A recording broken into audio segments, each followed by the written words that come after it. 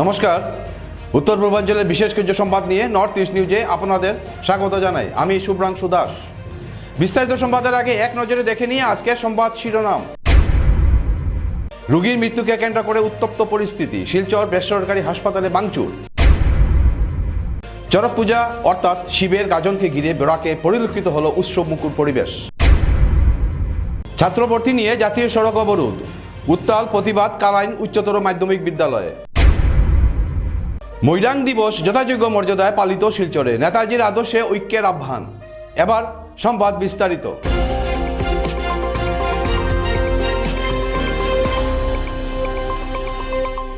শিলচরে একজন রোগীর মৃত্যুকে কেন্দ্র করে বেসরকারি হাসপাতালে উত্তপ্ত পরিস্থিতি সৃষ্টি হয়। উত্তেজিত লোক সকলে হাসপাতাল ভাঙচুর চালায়। পরিস্থিতি সামাল দিতে সদর থানায় পুলিশ দলবল নিয়ে ঘটনাস্থলে উপস্থিত হয়। ঘটনার বিবরণে জানা যায়, রাজু সিং নামের একজন রোগী তার পরিবারের লোক ইটকলা মেডিল্যান্ড হাসপাতালে নিয়ে আসে। অভিযোগ মতে হাসপাতালে উপস্থিত হওয়ার পর ডাক্তার না থাকার জন্য রোগী অনেক সময় অপেক্ষা করতে হয়। তারপর ডাক্তার এসে রোগীকে পরীক্ষা করে মৃত বলে ঘোষণা করে।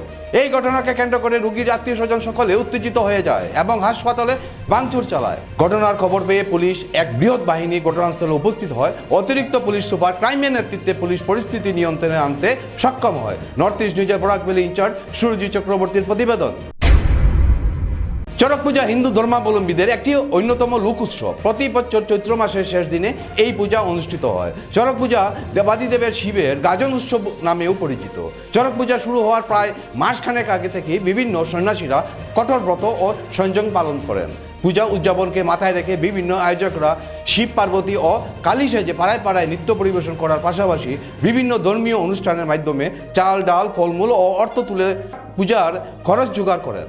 চড়ক পূজাকে ঘিরে প্রতি বছরে বিভিন্ন ময়দানে উৎসব উপভোগ করতে ধর্ম বর্ণ নির্বিশেষে অগণিত মানুষের সমাগম ঘটে। চড়ক পূজা পালনে এবার পিছিয়ে নেই গ্রাম বরাকও। উপত্যকায় শহরাঞ্চল থেকে শুরু করে গ্রামাঞ্চলে চড়ক পূজা উপলক্ষে এক উৎসবমুখর পরিবেশের সৃষ্টি হয়েছে।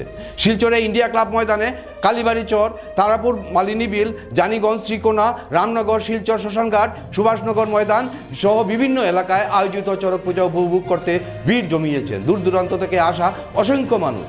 নর্থ ইস্ট নিউজের বরাকভ্যালি ইনচার্জ সুরজিৎ চক্রবর্তীর প্রতিবেদন।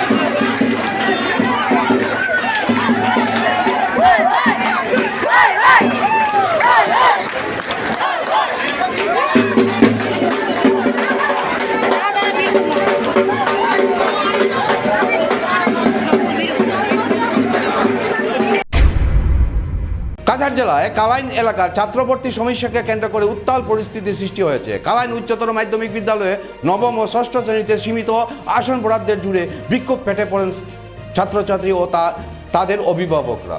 আজ দুপুরে ক্ষুব্ধ অভিভাবক ও পড়ুয়ারা 6 নং জাতীয় সড়ক অবরোধ করে নিজেদের দাবি জানান। ফলে কিছু সময়ের জন্য যান চলাচল ব্যাহত হয় এবং এলাকায় চরম উত্তেজনা ছড়িয়ে পড়ে। প্রাপ্ত তথ্য অনুযায়ী চলতি শিক্ষাবর্ষে নবম ও ষষ্ঠ শ্রেণীতে ভর্তির জন্য প্রায় 6 শতাধিক ছাত্রছাত্রীকে আবেদন করে এবং ভর্তি পরীক্ষায় অংশগ্রহণ করে।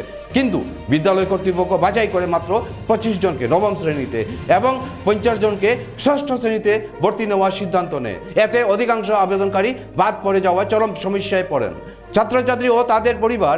অভিযোগ, দীর্ঘদিন ধরে এই সমস্যার কোনো সুরাহা না হওয়ার পথে বাধ্য হয়ে আন্দোলনের পথ বেছে নিতে নেন তারা। এদিকে ক্ষুব্ধ অভিভাবকরা সংবাদ মাধ্যমে সামনে তীব্র অভিযোগ তুলে বলেন, বিদ্যালয় কর্তৃপক্ষ বেআইনিভাবে ছাত্রছাত্রীদের কাছ থেকে 50 টাকা করে ফি আদায় করছে, যা সম্পূর্ণ অগ্রহণযোগ্য। তাদের দাবি, সমগ্র শিক্ষা নিয়ম ও সরকারি গাইডলাইন অনুযায়ী প্রত্যেক যোগ্য ছাত্রছাত্রীকে বিদ্যালয়ে ভর্তি করানো বাধ্যতামূলক, যেখানে আসন সংকটের অজুহাত দেখিয়ে শতাধিক পড়ুয়াকে বঞ্চিত করা হচ্ছে। এটি শুধু অনৈতিক নয়, শিক্ষার অধিকার লঙ্ঘনের শামিল বলে অভিযোগ করেন অভিভাবকরা। পাশাপাশি তারা প্রশ্ন তুলেন, সম্প্রতি প্রায় 7 কোটি টাকা ব্যয়ে নতুন শ্রেণীকক্ষ নির্মাণের কাজ চলার পরেও কেন ছাত্রছাত্রীদের জন্য পর্যাপ্ত আসনের ব্যবস্থা করা হচ্ছে না? এতে বিপুল পরিকাঠামো থাকা সত্ত্বেও ভর্তি বন্ধ রাখা প্রশাসনিক গাফিলতি নাকি পরিকল্পিত সিদ্ধান্ত, তা নিয়ে খুব উগরে দেন অভিভাবকরা। দ্রুত এই সমস্যা সমাধান না হলে বৃহত্তর আন্দোলনের হুঁশিয়ারিও দেন তারা। নর্থ ইস্ট নিউজের বিশেষ প্রতিনিধি হিফজুর রহমান বরবইয়ার প্রতিবেদন। আমরা জায়গা নাই স্কুল আর স্কুল ভর্তি তো আমরা অ্যাডমিশন নিতে পারছি না, তারা অ্যাডমিশন লইয়া তারা না হলো কোন জায়গায় নাই। কালানি হাই সেকেন্ডারি স্কুলে টেকা লওয়ার জন্য এই মাস্টারগুলা টোকেন পয়সা নেওয়ার জন্য এই টোকেনগুলা দিয়েছে, আর এখন ছাত্রগুলা সব ফেল করে রেখেছে, টাকা লওয়ার জন্যই করেছে। ছাত্ররা তো পয়সা লওয়া লাগে, তারা এখন করে রাখি। এখন তারা ছাত্ররা যদি পয়সা যদি লই, তারা বাচ্চারা কই ভর্তি করতে পারবো? আমরা পারতাম না ছাত্ররা এখানে ভর্তি করবার লাগে। আমরা ফেল করছে, আমরা সব বাচ্চারা রাখতো এখানে, এটা আমরা জানি যে না এখানে রাখতে লাগবো বাচ্চারা সব। আমরা তো দোকান দিয়েছিলাম স্যার হলে, এখন তারা এখন মানে এখনো তারা জানাই তো এখন তারা মানে টাইম আজকে সোমবারে কালকে সোমবারে গরম করে করে আমরা লেট করে, কিন্তু আমরা একটা দোকান দিতে না আসলাম। দোকান দিয়ে তো আমরা আশায় থাকছি আমরা যে আমরা স্কুল আমরা পাইবো, আমরা এত আমরা অন্য স্কুলের ব্যবস্থা করলাম। মানে তারা তো তারা টাকা লাগে তো তারা টোকেনটা দিছে, কতটা টোকেন দিল কিনা লাগে আমরা 50 টাকা করে নিয়েছে কত টোকেন নাইনর টোকেন দিছেন। হ্যাঁ টোকেন দিছে পাইছে।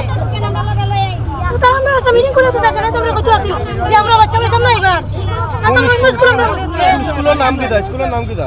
কোনা বড় স্কুল না না এটা কোনা হাই সেকেন্ডারি স্কুল এখন কো সেটারে ফেল করে রাখি দিছি, মানে টাকা লাগছে সব কি ছাত্র ফেল করে রাখি দিছি। আচ্ছা অ্যাডমিশন হওয়ার পরে ফেল করে রাখি। 1944 সালে 14 এপ্রিল মণিপুরে মৈরাং এর সুভাষচন্দ্র বসু নেতৃত্বাধীন আজাদ হিন্দ ফৌজের বীর সেনানী কর্নেল শওকত আল মালিক ভারতে স্বাধীনতার পতাকা উত্তোলন করেন। সেই ঐতিহাসিক মুহূর্তের স্মরণে প্রতি বছরে নেওয়া এবছরও শিলচর গান্ধীবাগে নেতাজির মূর্তির পাদদেশে যথাযোগ্য মর্যাদায় মৈরাং দিবস পালন করে নেতাজির চর্চা সমিতি কাছাড়। সকলে আয়োজিত অনুষ্ঠানে প্রথমে নেতাজির মূর্তিকে মাল্যদান করেন সংগঠনের সাধারণ সম্পাদক সুব্রত চন্দ্র নাথ। এরপর পুষ্পার্ঘ্য অর্পণের মাধ্যমে শ্রদ্ধা জানান সহসভাপতি নির্মল কুমার দাস ও দীপঙ্কর চন্দ্র। অনুষ্ঠানে উপস্থিত ছিলেন নেতাজি ফাউন্ডেশনের প্রধান সচিব প্রণব রায় চৌধুরী, এনএসইউআই কমিউনিস্ট দলের জেলা সম্পাদক ভবতোষ চক্রবর্তী, AIMSS এর জেলা সম্পাদিকা দুলালিয়া গাঙ্গুলি এবং এনএসইউআই এর রাজ্য সভাপতি হিল্লোল ভট্টাচার্য সহ বিশিষ্ট ব্যক্তিবর্গ। শ্রদ্ধা নিবেদন শেষে বক্তব্য রাখতে গিয়ে সুব্রত চন্দ্র নাথ বলেন, নেতাজির নেতৃত্বে আজাদ হিন্দ বাহিনীর আপোষহীন সংগ্রামই ব্রিটিশ শাসনের ভিত কাঁপিয়ে দেয় এবং স্বাধীনতার পথ সুগম করে।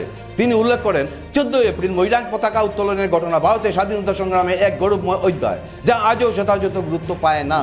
অনুষ্ঠানের অন্যান্য বক্তারাও আজাদ হিন্দ ফৌজের ইতিহাস নতুন প্রজন্মের কাছে পৌঁছে দেওয়ার উপর জোর দেন। পাশাপাশি নেতাজির অসাম্প্রদায়িক ও ঐক্যের আদর্শকে সামনে রেখে শোষণহীন সমাজ গঠনের আহ্বান জানানো হয়। নর্থ ইস্ট নিউজের বরাকবিল ইনচার্জ সুরজিৎ চক্রবর্তীর প্রতিবেদন। ঐতিহাসিক 14 এপ্রিল 1945 ইংরেজির এই দিনটিতেই আমাদের ভারতবর্ষের আপোষহীন স্বাধীনতা সংগ্রামী নেতাজি সুভাষচন্দ্র বসু তার নেতৃত্বে আজাদ হিন্দ বাহিনীর তরফ থেকে শওকত আলী মালিকের দ্বারা মৈরাঙ্গে, বর্তমান ভারতবর্ষের মৈরাঙ্গে প্রথম ভারতবর্ষের জাতীয় পতাকা উত্তোলন করা হয়েছিল। এই দিনটিকে আমরা নেতাজি চর্চা সমিতির তরফ থেকে, অন্যান্য সংগঠনের তরফ থেকে এটাকে যথাযোগ্য মর্যাদায় পালন করা হয়। আমরা সেই জন্যই আজকে নেতাজির সেই বীরত্বব্যঞ্জক লড়াইকে স্মরণ করার উদ্দেশ্যে, তার দেশপ্রেমের প্রতি শ্রদ্ধা জানাতে আজকে আমরা এখানে সমবেত। আমরা ইতিমধ্যে সামান্য একটা অনুষ্ঠানের মাধ্যমে তার প্রতি শ্রদ্ধাঞ্জলি জ্ঞাপন করেছি। আমরা আশা করব যে নেতাজির এই বীরত্বব্যঞ্জক সংগ্রাম নতুন প্রজন্মকে অন্যায় অবিচারের বিরুদ্ধে লড়াইয়ে উদ্বুদ্ধ করবে। নেতাজি আমাদের হৃদয়ে থাকবেন, তিনি চিরদিন আছেন, আরও থাকবেন আমাদের কাছে সংগ্রামের একটা প্রতীক হিসাবে। আজ প্রতিটি ভারতীয়র একটি ঐতিহাসিক দিন। 1944-এর 14 এপ্রিল মণিপুরের মৈরাংয়ে আজাদ হিন্দ বাহিনীর যে সুভাষ ব্রিগেড ছিল, সুভাষ ব্রিগেডের পক্ষ থেকে কর্নেল শওকত আলী মৈরাঙের মাঠে প্রথম স্বাধীন ভারতের পতাকা উত্তোলন করেছিলেন। নেতাজি সুভাষচন্দ্র বসু 1943-এর 21শে অক্টোবর সিঙ্গাপুরে ঐতিহাসিক ক্যাথে হলে যে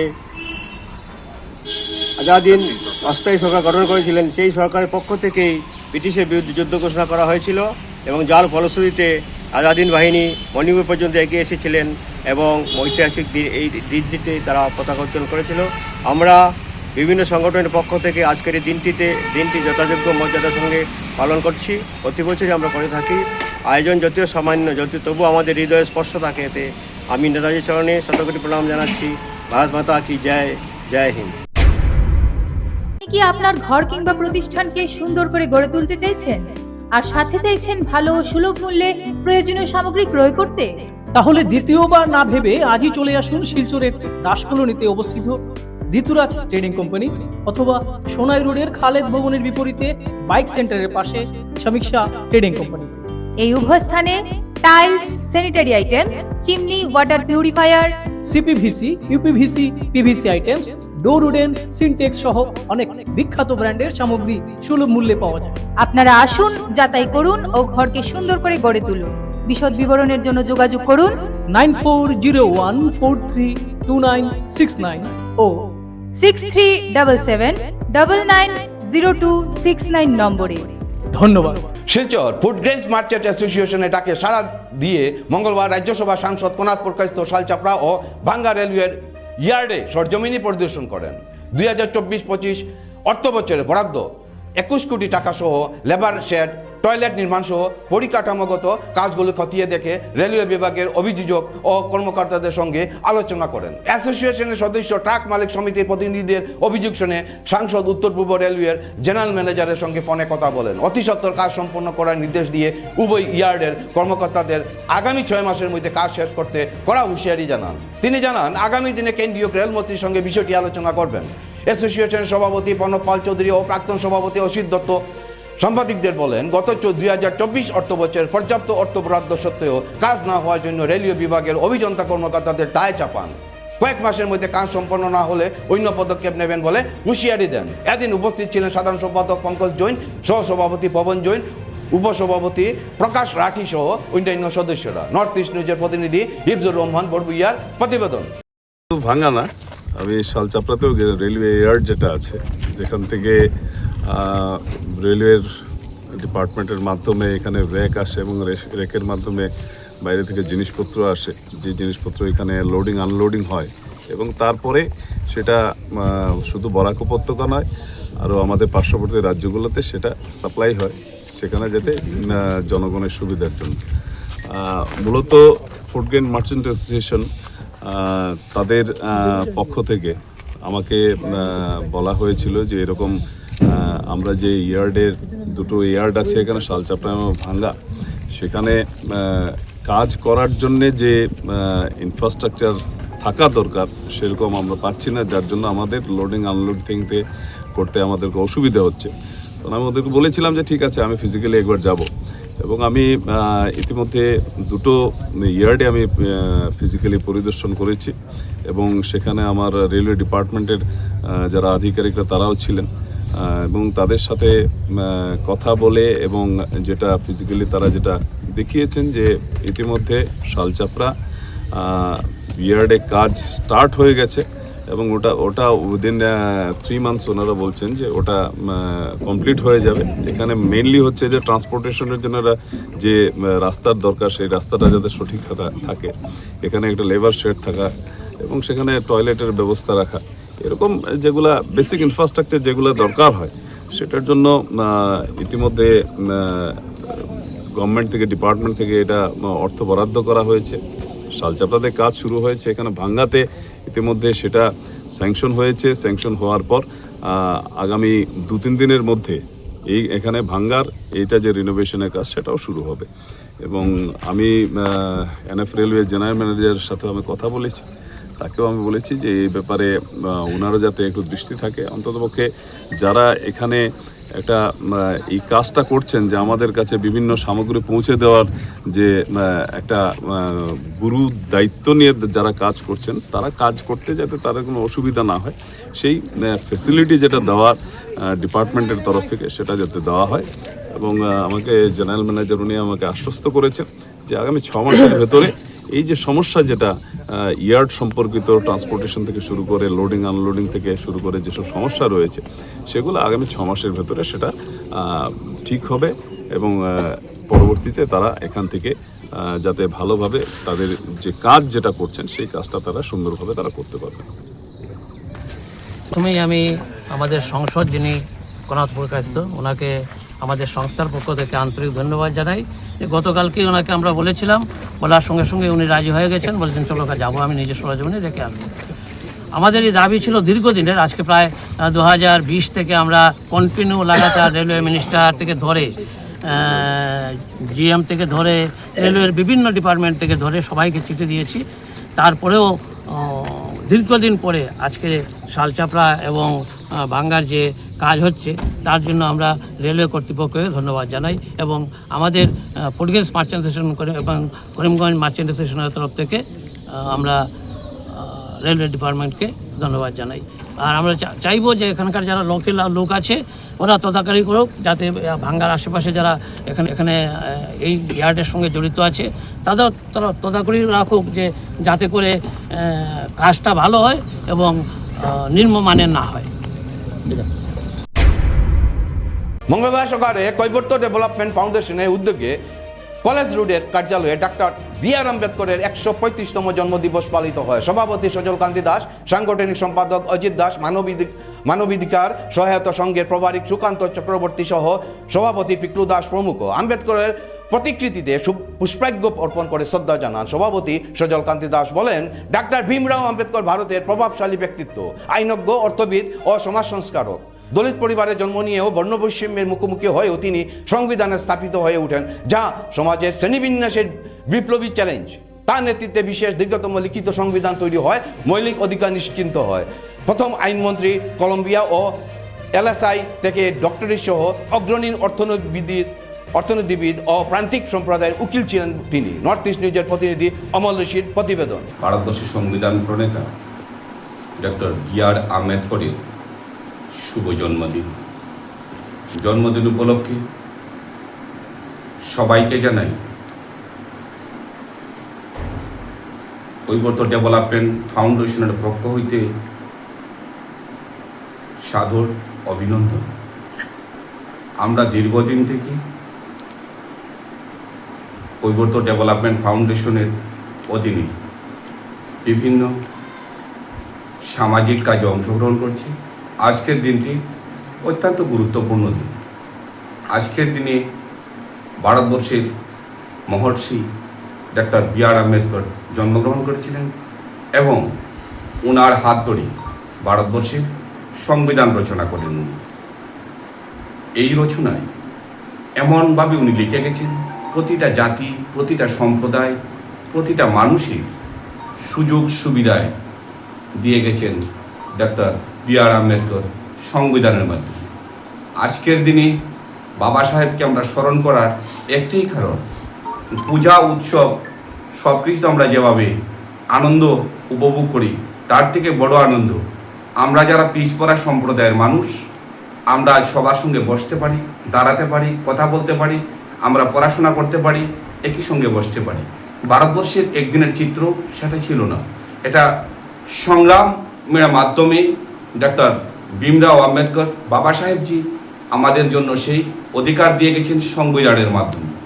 তাই আমি সবার কাছে আবেদন রাখব যে আপনারা প্রতিটা জাতি, বর্ণ, সম্প্রদায় আপনাদের সন্তানদের বা আপনারা নিজেরা ভারতবর্ষের সংবিধান পড়ুন এবং আপনাদের সন্তানদের ভারতবর্ষের সংবিধান কিনে দিন। ওরা জানুক দেশের আইন কার জন্য কতটুকু কীভাবে দিয়ে গেছেন আমাদের বাবা সাহেব ডক্টর বি.আর. আম্বেদকর। ধন্যবাদ। সংবাদ শেষ করার আগে আরো একবার দেখে নিয়ে আজকের সংবাদ শিরোনাম। রোগীর মৃত্যুকে কেন্দ্র করে উত্তপ্ত পরিস্থিতি, শিলচর বেসরকারি হাসপাতালে ভাঙচুর। চড়ক পূজা অর্থাৎ শিবের গাজনকে ঘিরে বেড়াকে পরিলক্ষিত হলো উৎসব মুখর পরিবেশ। ছাত্র ভর্তি নিয়ে জাতীয় সড়ক অবরোধ, উত্তাল প্রতিবাদ কালাইন উচ্চতর মাধ্যমিক বিদ্যালয়ে। মৈরাং দিবস যথাযোগ্য মর্যাদায় পালিত শিলচরে, নেতাজির আদর্শে ঐক্যের আহ্বান। এসএসসি নেটওয়ার্কে নর্থ ইস্ট মিডিয়া প্রতিনিধিত বিভিন্ন সংবাদ, সঙ্গীত, নৃত্য, আসন, ক্রিয়া, চলচ্চিত্র, বিনোদনমূলক বিভিন্ন বিষয় প্রচারিত হয়ে থাকে। তাই সদা সর্বদা ভারতের উত্তর পূর্বাঞ্চলের পাশাপাশি অন্যান্য স্থানের বিশেষ কিছু খবরের জন্য দেখতে থাকুন নর্থ ইস্ট নিউজ। ধন্যবাদ।